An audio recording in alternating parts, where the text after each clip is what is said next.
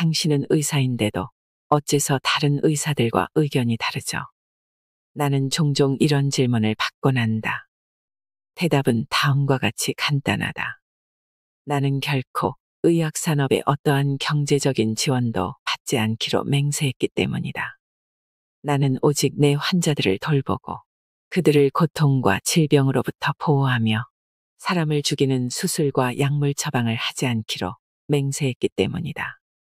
내가 주장하는 것들은 의료산업이 좋아하는 돈을 벌어주지 못한다는 것을 잘 알고 있다. 의료산업과 다이어트 산업에서는 고통받는 사람들을 환자로 보는 것이 아니라 엄청난 수익을 창출하는 고객으로 보고 있을 뿐이다. 나 또한 처음에는 의학적인 방법으로 치료하고자 했었다. 하지만 가장 기본적인 약 처방도 아무 쓸모가 없다는 것을 깨닫고는 절망했다. 나는 이 책이 비만을 해결하고 병을 치유하는데 커다란 발자취를 남기리라고 믿는다. 누구나 할 수 있으며 쉬운 방법이다. 나는 내가 50년 동안 병을 치료하고 건강을 회복하는 데 힘써온 모든 것을 이 책에 담았다. 오늘 소개해드릴 책 내용은 너무나 충격적이었습니다. 이 두꺼운 책을 밤을 꼬박 새워 다 읽은 새벽녘. 책을 덮자마자 냉장고에 있던 고기, 우유, 생선 그리고 라면 등 인스턴트 식품까지 싹 정리했습니다. 모든 질병과 환경오염의 주요 원인 중 하나가 육식이며 고기는 화장실 변기보다 더러운 죽은 시체라는 말이 저를 마구 흔들었습니다. 그렇게 어느 날 남들처럼 걷던 길을 멈추고 현미 채식의 삶으로 180도 방향을 확 틀었습니다. 그러자 단 한 달 만에 체중이 10kg 줄었고 3달 만에 17kg이 빠져 고교 시절의 날렵한 몸매를 되찾았습니다. 음식을 바꾼 후 체질은 의외로 빨리 변했습니다. 땀도 잘 안 났고 좀처럼 피로하지도 않았고 여드름도 완전히 사라졌습니다. 아무런 치료도 없이 단지 현미채식으로 음식을 바꾸고 운동을 약간 하는 길을 선택한 것뿐인데요. 저절로 이루어진 갑작스런 체중 감소로 혹시 암은 아닐까 염려되어 검사를 해봤지만 오히려 정상임을 확인하는 기회가 되었습니다.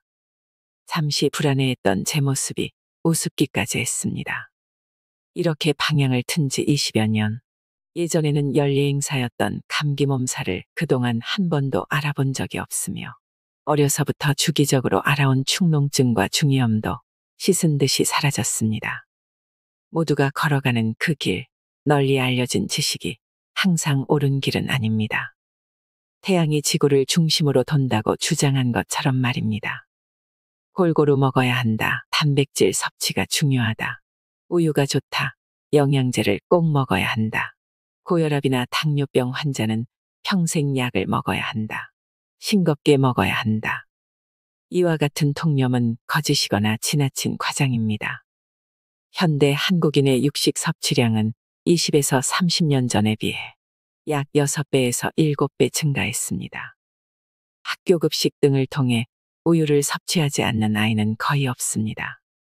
이렇게 하라는 대로 잘 먹었으니 면역력도 향상되고 몸도 튼튼해야 당연한 것 아닌가요? 그러나 아토피와 감기, 암, 고혈압, 당뇨병, 대상포진, 골다공증 등 어느 하나 줄어들지 않고 거꾸로 급격히 늘어나고 있습니다. 환자들 모두 약을 처방받고 있지만 고혈압과 당뇨병의 만성 합병증인 뇌졸중, 심장병, 망막변성 등은 줄지 않고 꾸준히 늘고 있습니다. 이제 약과 병원이 모든 것을 해결해 주리라는 환상을 버려야 합니다. 지금 우리의 몸은 이제까지 먹고 살아온 삶의 결과입니다. 완전한 치유를 원한다면 이제 다른 선택을 해야 합니다. 현미채식을 하고 햇빛을 쬐며 적당히 움직이고 숲과 자연을 가까이 하는 치유의 생활 습관이 필요합니다. 약 이상으로 자기 삶을 성찰하고 유명한 병원이나 명의를 찾는 것 이상으로 자신에게 집중해야 합니다. 그러면 그런 선택의 결과를 얻을 것입니다. 저를 포함하여 현미채식으로 바꾼 수많은 사람들이 그것을 증명합니다. 또한 이 책이 그 길을 안내해 줄 것입니다. 기존 영양학에 세뇌된 지식이 남아있어 영양이 부족할까봐 걱정을 하고 더 먹으면 살찔 것 같은 사소한 걱정도 하게 됩니다. 그런데 이 책은 이런 걱정까지 날려버립니다. 살을 찌게 하는 주범은 육식이며 육식주의의 잔재입니다. 단백질 보충을 위해 콩음식을 먹어야 하며 오메가3를 위해 견과류를 꼭 챙겨 먹어야 한다는 논리는 허구이며 육식주의의 연장선이라는 사실을 풍부한 사례를 들어 논리적으로 설명해 줍니다. 소식은 무조건 옳습니다. 그러나 동시에 배고픈 다이어트는 무조건 실패합니다. 면역력을 올려야 하는 환자가 아니라면 육식을 끊고 채소와 현미밥을 배불리 드십시오. 콩이나 견과류를 따로 안 챙겨 먹었지만 살이 쭉쭉 빠지고 체력이 살아오르던 채식 초기의 저 자신이 그것을 증명합니다. 내 몸이 최고의 의사다의 저자 임동규, 조금씩 천천히 자연식물식의 저자 이희철 의사는 말합니다.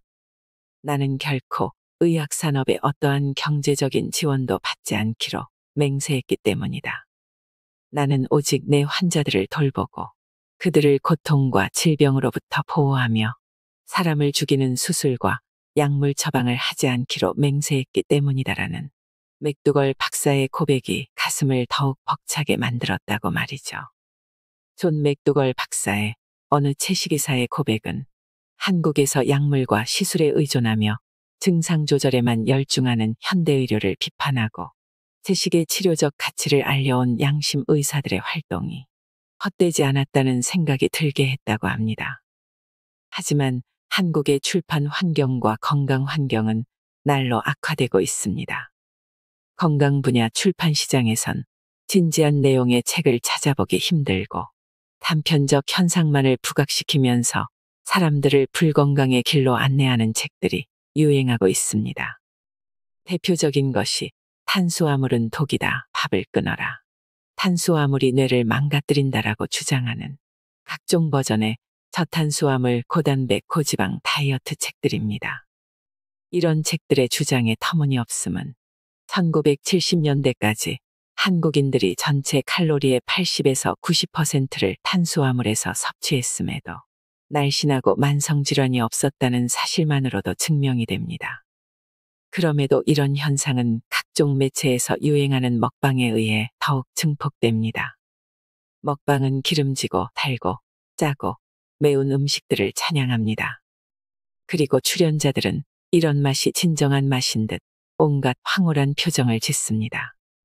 누구나 이런 음식을 먹을 때 출연자와 같은 반응을 보여야 한다는 듯이 말입니다. 그 결과 이렇게 기름진 음식을 먹더라도 살을 뺄 수 있다고 주장하는 책들이 출판 시장에서 활개를 치고 있습니다. 이런 분위기에서 어느 채식의사의 고백은 고기 반찬이 없는 식단은 상상하지 못하고 두려워하기까지 하는 당신에게 이런 두려움을 날려버리고 건강한 식단의 원칙을 깨우치는데 훌륭한 지침서가 될 것입니다. 존 맥두걸 박사의 어느 채식의사의 고백. 이것은 무슨 다이어트가 아니라 지속 가능한 음식의 법칙에 대한 이야기다. 나는 50여 년간 비만으로 고생해온 수많은 환자들을 치료했다. 음식을 통해서 말이다. 당뇨병, 고혈압, 심장병은 자연스럽게 사라졌다. 날씬해졌음은 물론 건강도 회복시켜 주었다. 수만 명이 나의 맥두걸 프로그램에 참여했고 거의 대부분 새로운 생명을 찾았다. 150만 명 이상이 맥두걸 박사의 자연식물식 책을 읽었다. 이 책은 음식을 먹으면서 만족감과 포만감을 주는 다이어트 방식이기 때문에 기존의 다이어트와는 완전히 다르다. 배고플 필요도 없고 박탈감을 느낄 필요도 없다. 녹말 음식은 몸을 건강하게 해줄 뿐 아니라 심리적으로나 육체적으로도 만족감을 준다. 이것은 무슨 다이어트가 아니라 지속 가능한 음식의 법칙에 대한 이야기이며 인간 몸의 기본 원리에 관한 이야기다. 한 달만 실천해 보시라. 거울 앞에 날씬하고 건강해진 낯선 당신을 보고 놀랄 것이다. 뚱보라는 허물을 벗게 될 것이다. 그리 큰 노력을 기울이지도 않았는데 외모가 젊어지고 정신도 맑아질 것이다. 당연히 오래 살게 될 것이다. 대부분의 사람들은 혈압과 콜레스테롤 수치가 떨어질 것이다. 소화 기능도 월등히 좋아질 것이다. 당연히 그동안 병원에서 처방해준 약봉지를 쓰레기통에 버리게 될 것이며 식탁 위에 펼쳐진 영양제도 치울 것이다. 일단 시도만 하면 금방 결과를 얻게 될 것을 장담한다.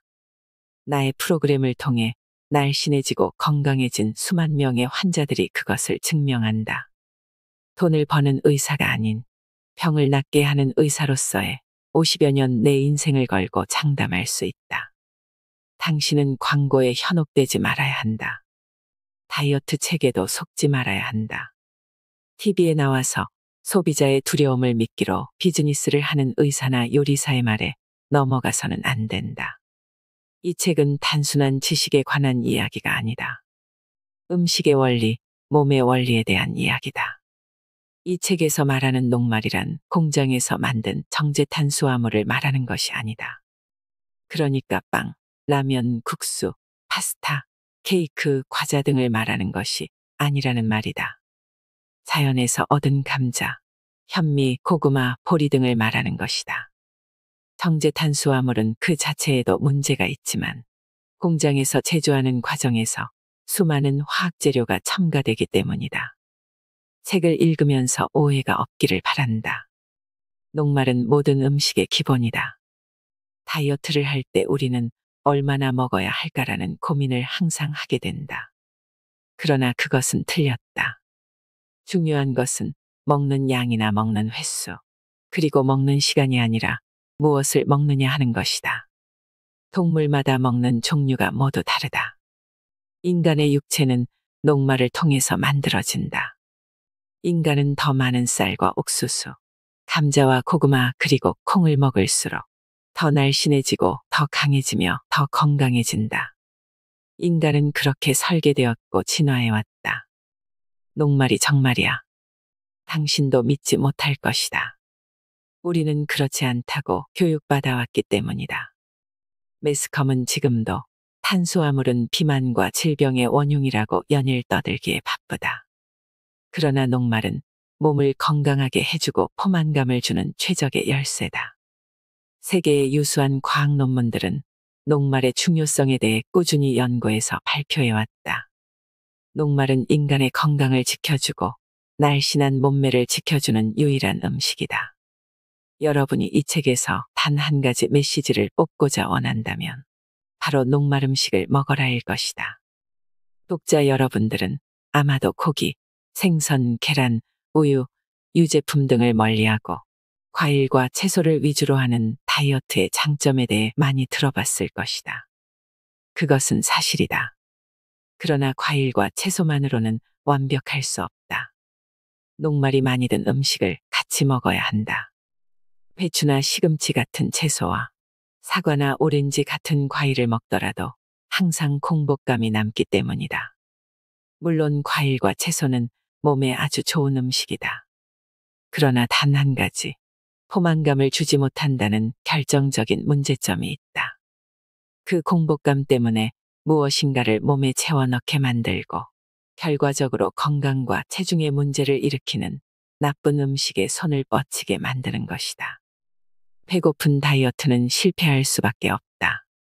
인구가 많은 지역 중에서 가장 날씬하고 건강한 지역은 어디인가? 그 건강한 사람들의 주식은 무엇인가? 바로 녹말이다.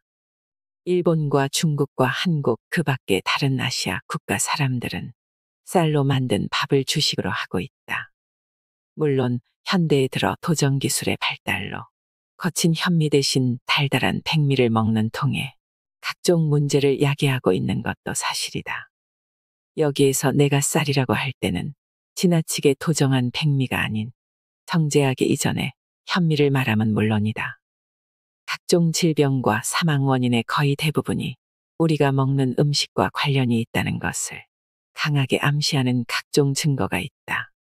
사망 원인의 반을 차지하는 관상동맥 질환과 각종 형태의 암, 고혈압, 당뇨병, 그리고 각종 만성질환이 모두 음식과 관련이 있다. 세계보건기구는 정제식품, 동물성 식품, 지방 첨가 식품들이 비만과 당뇨와 각종 심혈관 질환을 생기게 한다고 발표했다. 고기가 균형 잡힌 음식이라고. 모든 질병은 위장에서 시작된다는 나의 신념은 변함이 없다. 위장을 거쳐 비만을 거쳐 질병이 된다. 독은 사람을 금방 죽이고 육식은 천천히 죽인다. 식품회사들은 상품 판매를 촉진시키기 위해 저마다 독특한 마케팅을 사용한다. 고기와 생선, 우유와 유제품 등 무엇이든지 그들 제품을 사 먹으면 얼마나 건강이 좋아지는지 홍보한다. 이런 마케팅은 우리에게 우유와 치즈는 칼슘을 공급하기 때문에 뼈가 튼튼해진다는 확신을 갖게 해주었다. 소고기는 엄청난 철분을 공급해준다.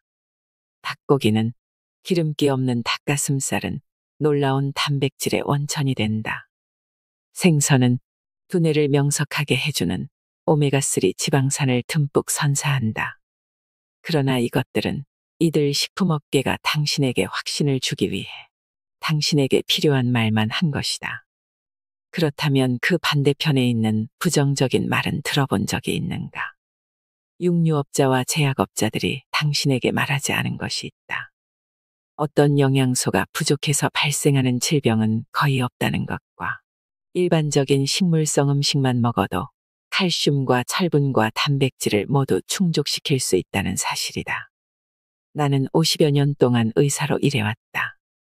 그러나 나는 상한 음식을 먹거나 알려지지 않은 알레르기 때문에 찾아온 환자를 제외하고는 감자나 고구마, 옥수수나 콩, 과일과 채소를 먹고 병이 난 환자를 단 한 명도 보지 못했다.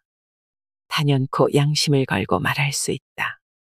나는 매일 육식으로 인해 심각한 질병을 갖게 된 수많은 환자를 만난다.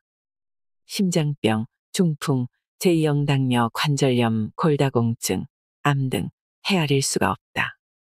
동물성 식품은 막대한 양의 단백질과 지방과 콜레스테롤을 만들어낸다. 어떤 성분이 과도하게 많을 때 그것은 독이 된다. 우리의 몸도 이와 똑같다. 인간의 몸은 단백질과 지방 그리고 콜레스테롤이 균형 잡혀 있을 때는 조절이 가능하다. 몸에서 필요한 그 이상의 성분을 섭취하면 잉여 성분들은 몸에서 독이 된다. 전형적인 서구의 식생활에서는 이런 독성 물질들이 매일매일 인체 시스템을 교란시킨다. 단백질을 지나치게 섭취하면 뼈는 계속해서 악화된다. 과잉의 지방과 콜레스테롤은 혈관을 막히게 하고 암의 위험성을 증가시킨다. 동물성 식품의 섭취를 줄이거나 없애기만 하면 독성 물질 때문에 신음하는 고통에서 해방될 것이다. 이런 독성 음식을 제거하는 가장 좋은 방법은 통곡물과 콩과 식물, 그리고 각종 채소와 과일로 당신의 식사를 바꾸는 것이다. 질병을 해결하는 방법은 너무 간단하다. 서구 선진국에서 병에 걸린 사람의 4분의 3 정도는 비만과 심장병, 제2형 당뇨, 관절염, 암 등의 만성적인 질병으로 고생한다. 이 사람들이 공통적으로 먹는 음식은 무엇일까?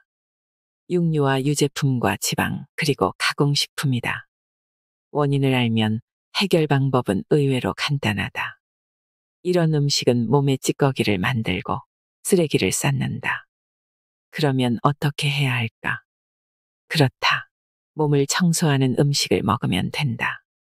동물성 음식 대신에 녹말 음식과 채소와 과일로 음식 습관을 바꾸기만 하면 된다.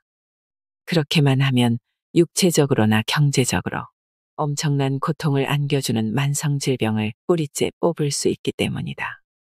암은 건강하지 못한 동물성 식품을 중심으로 한 서양의 식단에서 주로 발견된다. 채식주의자들은 일반적으로 더 건강하며 같은 나라에 사는 일반인에 비해 암 발생률이 현저하게 낮다. 암의 원인도 심장병, 류머티즘, 관절염의 원인과 하나도 다르지 않다. 건강하지 못한 음식 습관이 미래의 질병의 방아쇠를 당기는 것이다. 방사선과 화학물질 또는 담배 등에서도 발암물질이 발견된다. 그러나 다행스럽게도 몸에서 암이 생긴다는 사실은 신체가 자연 치유를 포기한다는 것을 의미하는 것이 아니다. 암에 걸렸다는 사실은 몸을 새롭게 정화시킬 수 있는 기회를 제공한다. 위기가 곧 기회라는 비유가 가장 적절한 것이 바로 암이다. 몸이 전하는 메시지를 듣고 지금 행동을 취하자. 흡연과 커피, 알코올, 약물 복용 같은 건강하지 않은 습관은 오래전부터 인간의 나쁜 습관으로 알려져 왔다. 우리 신체를 계속적으로 학대하는 이러한 잘못된 습관을 깨달았다면 바로 끊어야 한다. 방법이 없다. 지금 바로 중단해야 한다. 질병을 예방하고 인체의 타고난 자연치유 메커니즘을 활성화시키고 날씬한 체형을 유지시켜주는 최고의 방법은 채소와 과일을 곁들인 녹말 중심의 식습관이라는 것은 명확해졌다. 동물 성식품과 식용유 같은 각종 기름을 피해야 함은 물론이다. 단백질은 40에서 60g으로 충분하다.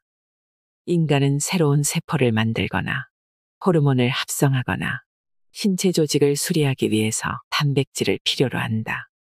그러나 얼마나 필요한 것일까?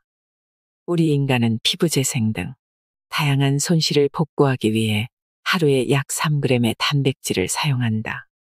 이러한 손실을 비롯한 각종 생리학적인 필요를 더한다면 단백질의 일일 섭취 필요량은 20에서 30g에 불과하다.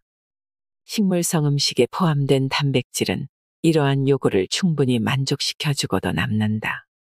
식사에서 단백질을 충분히 섭취하기 위해서 우리는 굳이 동물성 식품을 먹을 필요가 없다. 식물성 단백질만으로도 필수 아미노산 및 비필수 아미노산을 충분히 공급할 수 있다. 통곡물, 콩과 식물, 채소, 씨앗 및 각종 견과류 등은 모두 필수 아미노산 및 비필수 아미노산을 모두 가지고 있다. 또한 식사할 때 이 음식들을 혼합할 필요도 없다. 녹말 중심의 식단이 과도한 건강보험료를 줄여주고 건강을 획기적으로 개선시킬 수 있다는 증거들은 수도 없이 많다. 의사들은 아마도 이 비밀에 대해 말해주지 않을 것이다. 채식이 단백질 부족을 가져올 수 있다는 그릇된 두려움 때문이다. 그러나 기아 상태나 칼로리가 아주 부족한 영양 결핍의 식사를 제외하고는 단백질 부족은 일어나지 않는다. 우유의 단백질은 뼈에 심각한 손상을 준다. 역사와 전통에 빛나는 미국 낙농협회는 우유와 유제품이 골다공증 예방에 효과적이라고 말한다. 그러나 이것은 우유가 뼈 건강에 미치는 영향에 관한 과학적 연구들과는 상반된 것이었다. 57가지의 연구 결과에서 반 이상이 효과를 보지 못했고 29%가 약간의 효과를 보았지만 14%는 오히려 뼈에 문제가 생긴 것으로 나타났다. 이 실험은 무작위로 7개 단체를 선정해서 진행했는데 그중 6곳은 낙농업계가 후원하는 단체였다. 대부분의 단체가 낙농업계의 자금을 지원받는 업체였는데도 유제품의 효과를 입증하지 못했다는 말이다. 무작위로 선정된 곳 중 한 단체는 폐경이 된 여성에 대한 우유의 효과에 대해 관찰했다. 나머지는 사춘기 및 월경 전의 소녀에 대해서도 관찰했고 우유가 아닌 다른 칼슘 음식을 사용하는 사람에 대해서도 관찰했다. 폐경기 여성의 경우는 우유를 추가로 마신 결과 전보다 뼈의 손실이 더 많았다. 저자의 설명은 다음과 같다. 우유에 포함된 단백질 성분이 칼슘 밸런스에 부정적인 영향을 준 것이 분명합니다. 신장이 심하게 손상되었고 뼈에 구멍이 생기는 골 흡수는 이것은 아마도 우유를 마셔서 30% 증가된 단백질 때문일 것입니다. 의학저널은 다음과 같이 발표했다. 소에서 나온 우유 및 유제품을 자주 먹는 사람들은 노년의 골다공증 및 엉덩이 골절에 걸릴 확률이 월등히 높다. 이제는 많은 사람들이 알게 된 것처럼 음식에서 칼슘을 과도하게 섭취하면 누구든지 엉덩이 골절의 위험성이 높아진다. 유제품의 섭취는 뼈에 심각한 손상을 준다. 파마산 치즈처럼 딱딱한 치즈는 특히 더 위험하다. 동물 성식품에서 발생하는 과도한 산성물질 때문에 몸에 엄청난 부담을 준다는 사실은 이제 놀라운 일도 아니다. 유제품은 지방 비중이 매우 높아서 더 위험한 것으로 알려져 왔다.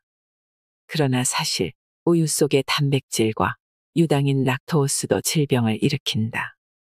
일반 우유나 저지방 우유 모두 지방뿐만 아니라 다른 성분들도 암의 원인이 되기도 한다. 우유에 들어있는 단백질은 유사 성장 호르몬을 증가시켜 암의 성장을 촉진하는데 결국 유방암, 전립선암, 뇌암, 결장암, 폐암의 위험성이 증대된다. 유제품은 각종 음식 알레르기와 심각한 자가면역성 질환의 주범인데 류머티스 관절염, 천식, 다발성 경화증 등을 광범위하게 확산시킨다. 칼슘 영양제는 왜 몸에 해로운가?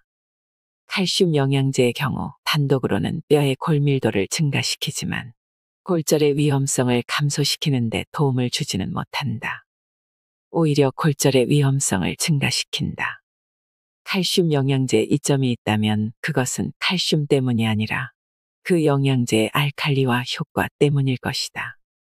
뼈를 이롭게 하는 것은 칼슘이 아니라 산성물질을 중화시키는 녹말 음식과 과일 채소에서 나오는 알칼리 성물질이다. 더구나 칼슘 영양제는 아주 위험하기까지 하다. 칼슘은 인의 흡수를 방해해서 변비의 원인이 되며 장기적으로 복용할수록 더 큰 해악을 끼치게 된다. 의학저널에서는 칼슘 영양제가 심장병의 위험을 증가시킨다고 발표했다. 칼슘제를 5년 동안 복용한 1,000명 중에서 14명의 심근경색, 10명의 뇌졸중, 13명의 사망이 추가적으로 발생했다. 오메가3는 식물성 음식에 충분히 들어있다.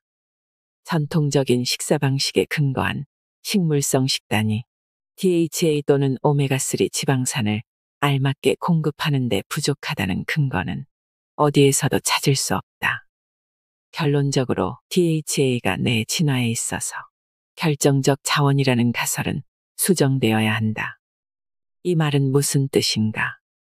자연 상태에서의 식물성 식품만으로도 태어나서 죽을 때까지 DHA 및 기타 오메가3 지방산을 충분히 얻을 수 있다는 말이다.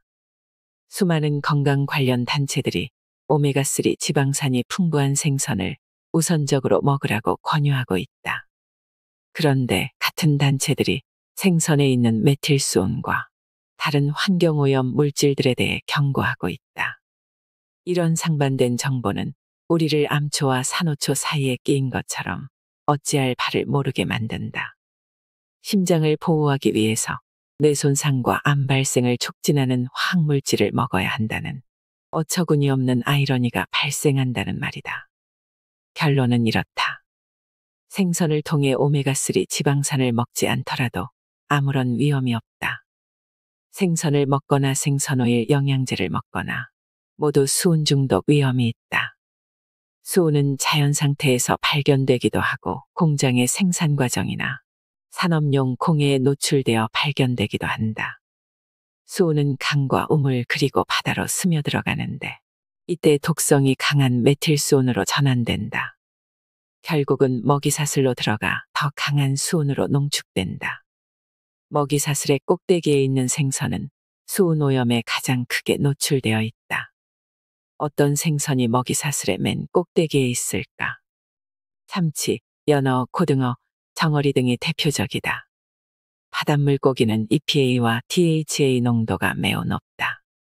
그러나 그렇게 지방산이 많은 생선일수록 수은 함유율 또한 매우 높다는 점에 주목해야 한다. 영양제에는 영양이 없다. 세상의 모든 성분은 서로 유기적으로 결합되어 있을 때만 그 가치가 있다는 것이다. 어느 한 성분이 몸에 좋다고 하여 그것만을 화학적으로 합성해서 먹는다면 그것은 독약이 된다. 어머니는 매일 아침 내게 종합 비타민제를 오렌지 주스와 함께 먹으라고 내밀었는데 나는 항상 화학약품 냄새가 나고 트림이 나고 속이 메스꺼워 싫어했던 기억이 있다. 어머니는 몸에 좋은 것은 입에 쓴 것이라며 캔디와 함께 먹어도 좋다고도 하셨다. 그러나 시간이 지나 수많은 공부를 통해 비타민에 대한 내 예감이 맞았다는 것을 증명할 수 있게 되었다. 어린이의 순수한 몸이 그 공장약품의 해악을 본능적으로 알아차린 것이다. 제약회사와 식품회사들은 정제된 영양제들이 나쁜 음식 습관의 부족분을 채워주고 노력하지 않아도 자연적으로 건강을 회복시켜준다고 매스컴을 동원해 홍보한다. 건강에 좋든 나쁘든 간에 수익성이 상상외로 높기 때문에 시장에 이런 약품을 계속 내놓으려고 노력한다. 아무런 노력도 하지 않고 손쉽게 건강해지고 싶은 소비자들이 많기 때문에 판매는 꾸준히 증가한다. 그래서 의사, 영양사, 심지어는 영양제를 판매하는 건강식품 매장 점원들도 믿을 수 있는 획기적인 제품이라는 왜곡된 신념으로 사업을 해나간다. 그들도 믿는 수밖에 도리가 없다. 돈이 달려있기 때문이다. 건강에 좋다는 어떤 증거도 없고 건강에 좋다는 어떤 연구 결과도 없고 효험을 본 어떤 환자도 없을지라도 영양제는 실제 영양이 부족하지 않은 당신에게 당신은 영양이 부족하다는 그릇된 신념을 무기로 만들어서 판매된다. 그렇다면 당신에게 물어보자. 당신은 비타민이 부족해서 심각한 질병에 걸린 친구나 친척들을 본 적이 있는가?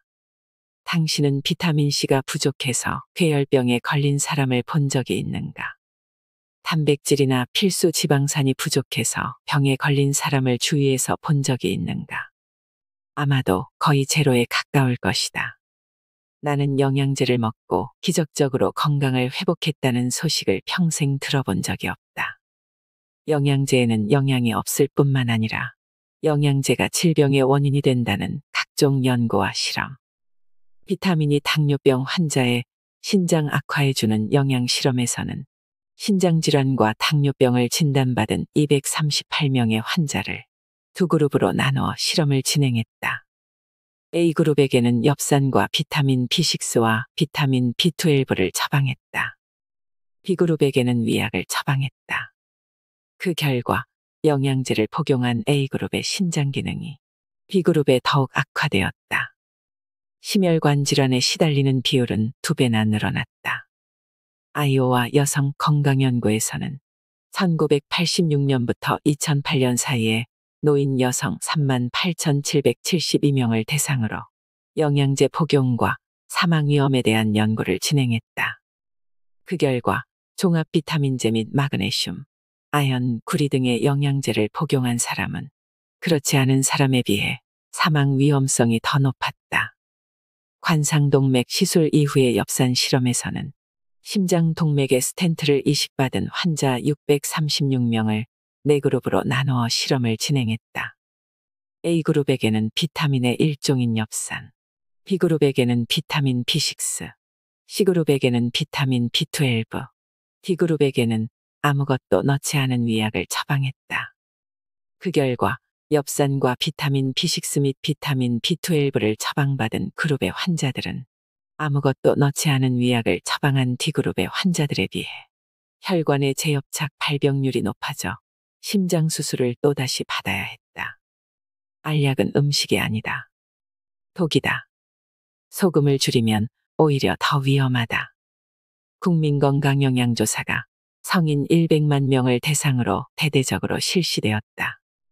그 결과 소금 섭취와 심혈관 위험성 사이의 관계는 상당히 지속적인 역전관계임이 밝혀졌다.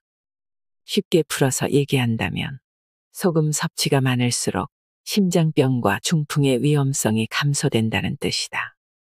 심혈관 질병이 없는 3,581명을 대상으로 실험한 결과 소금을 덜 섭취한 사람에게서 중풍과 심장병의 위험성이 높다는 결과가 나왔다. 그들의 결론은 다음과 같다. 고혈압과 저염식은 서로 관련성이 없고 저염식이 생존율을 높이지도 않는다. 반대로 저염식은 심장병 발병을 높일 것으로 예상된다. 두 가지를 조합해서 결론을 내린다면 소금 섭취를 줄이라는 일반적인 경고를 이 연구에서는 지지할 수 없다. 소금 섭취를 줄이면 왜 심혈관에 문제가 생기고 사망 위험이 증가되는 것일까? 성인의 소금 섭취 감소에 대한 광범위한 연구를 실시한 자료에 따르면 인간은 소금 속에 있는 미네랄을 찾아서 섭취하도록 생리학적으로 설계되고 진화해 왔다는 것이다.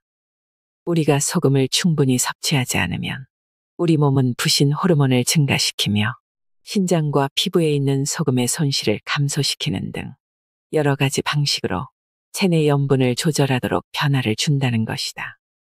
인간은 소금이 부족할 경우 장기간 생존을 위한 생리학적 스트레스를 받게 되는데, 이 경우 혈관이 상처를 받게 되고 결국 심장병과 중풍을 일으키게 되는 것이다. 소금에 대한 우리의 갈망은 우리 생명의 필수적인 미네랄의 갈증을 의미한다. 나트륨은 이런 미네랄의 한 종류다. 소금을 본능적으로 찾으려는 갈증을 부정하는 것은 몸에 해가 된다. 또한 건강한 다이어트를 하려는 많은 사람들에게 도움이 되지 못한다. 단순히 맛이 좋다고 해서 그것이 참아야 하는 음식이라고 생각하는 것은 잘못된 것이다. 건강한 음식의 밸런스를 맞추기 위해서 소금을 넣는 것은 인간의 자연스러운 본능이었다. 문제를 일으키는 진짜 장본인은 다량의 미네랄이 들어있는 천연소금이 아니라 정제 나트륨과 지방과 화학성분으로 뒤범벅이 된 바로 그 공장 음식인 것이다. 우리를 병들게 하는 것은 소금이 아니라 지방이 듬뿍 든 베이컨과 치즈와 소시지다. 소금은 얼마나 먹어야 할까? 우리 몸을 적절하게 순환시키기 위해서는 하루 50mg 정도의 나트륨이 필요하다. 나는 요리 중에 소금을 넣지 말고 식탁에서 직접 소금을 넣을 것을 권장한다. 요리 중에 소금을 넣으면 다른 재료들로 섞여 들어가 소금 고유의 맛을 잃어버리기 때문이다. 그러나 소금에 아주 민감한 몇몇의 사람들은 제한된 식단에 따를 필요가 있다. 소금물 한 잔만 마셔도 다리가 붓는 사람들이 있다. 짠 음식을 먹은 후에 손가락이 붓는 사람도 있다. 심장과 신장이 심하게 손상된 사람들도 소금을 조심할 필요가 있다. 그러나 일반적인 사람에게는 그럴 필요가 전혀 없다. 우리가 며칠을 굶었다고 생각해 보세요. 굶고 난 후에 우리 앞에 두 가지가 펼쳐져 있습니다. 왼쪽에 살아있는 소 한 마리가 있고 오른쪽에 사과나무가 있습니다. 우리는 어느 쪽을 보고 침을 꿀꺽 삼킬까요? 당연히 사과에 손이 갈 것입니다. 바보 같은 질문일지 모르지만 바로 이것이 인간이 채식동물이라는 증거입니다. 육식동물인 사자의 경우는 물론 소를 선택할 것입니다. 제가 아는 분 중에 노인요양병원을 운영하시는 분이 계십니다. 몸이 아프신 노인들이 입원해 계시는데 평균 입원 기간이 2년 정도라고 합니다. 어떻게 하면 수입이 좋아지냐는 제 질문에 대한 대답이 첫째, 많이 아파야 한다는 것입니다. 감기나 가벼운 상처는 돈이 되지 않고 심한 중병으로 고생해야 한다는 것입니다. 심하게 아플수록 병원 수입이 늘어난다는 말입니다. 둘째, 건강이 회복되어서 퇴원하면 안 된다는 것입니다. 아주 드물게 퇴원하시는 분들도 계시는데 이럴 때면 겉으론 웃지만 속으론 씁쓸하다고 솔직히 말씀하셨습니다. 셋째, 돌아가시면 안 된다는 것입니다. 돌아가시면 실제 슬프기도 하고 수입이 줄어서 슬프기도 하다고 더 솔직히 말씀하셨습니다. 종합하면 심하게 아프면서 오래 살아야 병원 수입이 극대화된다는 것입니다. 이것이 의료 시스템의 솔직한 모습입니다. 한국도 말할 필요가 없습니다. 우리는 모두 상업자본주의 병원 시스템에 갇힌 죄수가 되어버렸습니다. 어느 채식의사의 고백에 맥두걸 박사는 본인이 의사이면서도 이런 의료 현실을 적나라하게 공개했습니다. 말하자면 스스로 내부 고발자가 되어 고백을 한 것입니다. 진실은 언제나 단순한 법입니다. 돈 많이 버는 의사, 약사, 제약회사, 방송국, 요리사 등 사기꾼들이 주로 말이 많다는 것을 꼭 기억하세요. 이상으로 인생의 품격이었습니다. 하루하루 당신의 품격이 더 빛나길 바랍니다.